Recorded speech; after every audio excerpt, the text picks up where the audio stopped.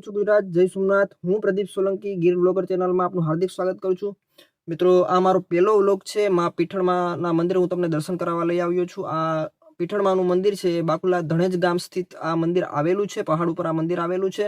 તો જાજો સમય ના લેતા ચાલો હવે આપણે માં પીઠળમાના દર્શન કરીએ અને તમને આ બધી જગ્યા બતાવીએ. મિત્રો, વેરાવળ સોમનાથથી સાસણગીર તરફ જે રસ્તો જાય છે ત્યાં વચમાં ઉમરેઠી ગામનું પાટિયું આવે છે અને ત્યાંથી બાકુલા ધણેજ ગામ તરફ જવાય છે.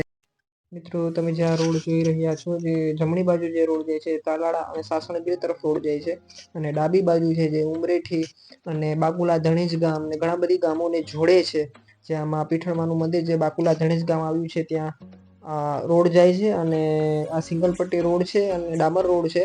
તમે કોઈ પણ વાહન લઈને આવો, બસ છે, પ્રાઇવેટ વ્હીકલ્સ છે, તો તમને કોઈ પણ જાતની તકલીફ થવાની નથી અને એકદમ સરળ રસ્તો છે અને એ ગામડાનો રસ્તો છે. ખૂબ જ સરસ છે મિત્રો.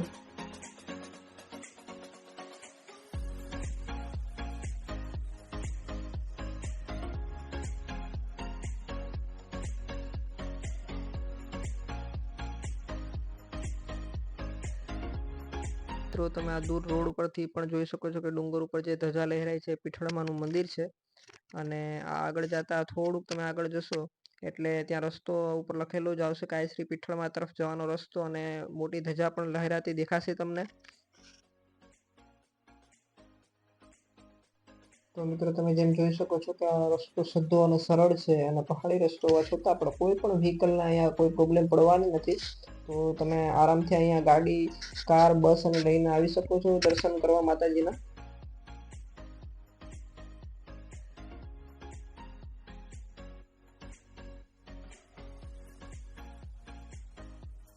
તો મિત્રો, નીચેથી આ પ્રમાણે દ્રશ્ય દેખાય છે મંદિરના અને અહીંયા બહારથી આવતા ભક્તો માટે પ્રસાદી લેવા તથા રહેવા માટે સુવિધા પણ છે, જે તમે સામે જોઈ શકો છો. અહીંયા બહારથી કોઈ આવ્યું હોય તો તે રહી શકે અને પ્રસાદી પણ લઈ શકે. મિત્રો, તમે જેમ જોઈ શકો આ શ્રી પીઠળમાના બોર્ડ મારેલ છે, ઉપર માની ધજા લહેરાય છે. મિત્રો, આ ખૂબ જ પ્રાચીન મંદિર છે. તમે જોઈ શકો છો આ પગથિયા ખૂબ જ જૂના અને એકદમ પ્રાચીન આ મંદિર છે. પહાડ ઉપર આમાંનું મંદિર આવેલું છે અને ખૂબ જ પ્રાચીન. આ આજુબાજુના ગામના લોકોની ખૂબ શ્રદ્ધા ખૂબ જ આ માતાજી પ્રત્યે ખૂબ જ વધારે છે.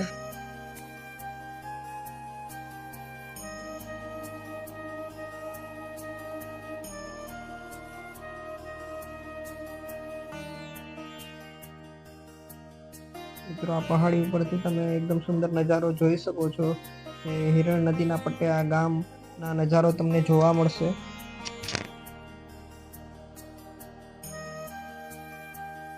તો મિત્રો, તમે જોઈ રહ્યા છો જે મારી પાછળ છે એમાં પીઠળમાનું મંદિર છે અને આ તમે આજુબાજુના જે તમે દ્રશ્યો જોવો છો પાછળના એ બાકુલા ધણેજ ગામ છે.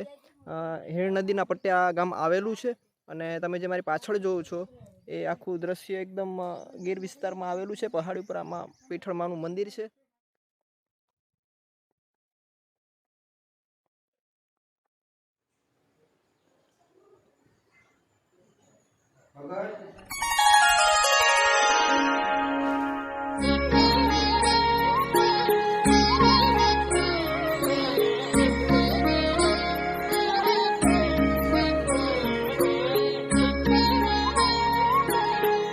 જય પીઠળમા.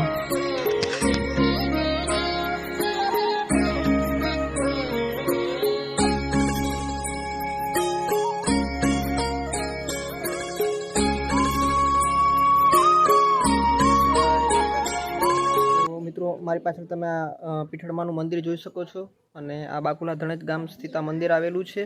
સોમનાથથી તાલાળા જતા આ રોડ ઉપર આ મંદિર આવેલું છે અને બાકુલા ધણેજ આ સાઈડમાં રહી જાય છે. તો તમારે શું કહેવાય ફેમિલી સાથે તમે કાર લઈને આવો તો તમને આ વધુ સરળતાથી આ તમને મંદિરમાં દર્શન કરવા મળશે અને ડુંગર ઉપર આમાં માનું મંદિર આવેલું છે અને ગીર વિસ્તારમાં મંદિર છે.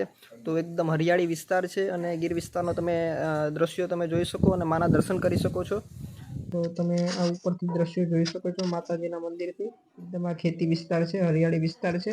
હિરણ બે નદીના પટ્ટે આ ગામ ના બધા દ્રશ્યો તમે જોઈ શકો છો. આ મંદિર છે. મિત્રો, અહીંના જે સેવક છે વાલભાઈ, એ તેમના મોઢે આપણે માનું થોડું ગીત સાંભળીએ અને તેમના છંદ દોહા થોડા સાંભળીએ.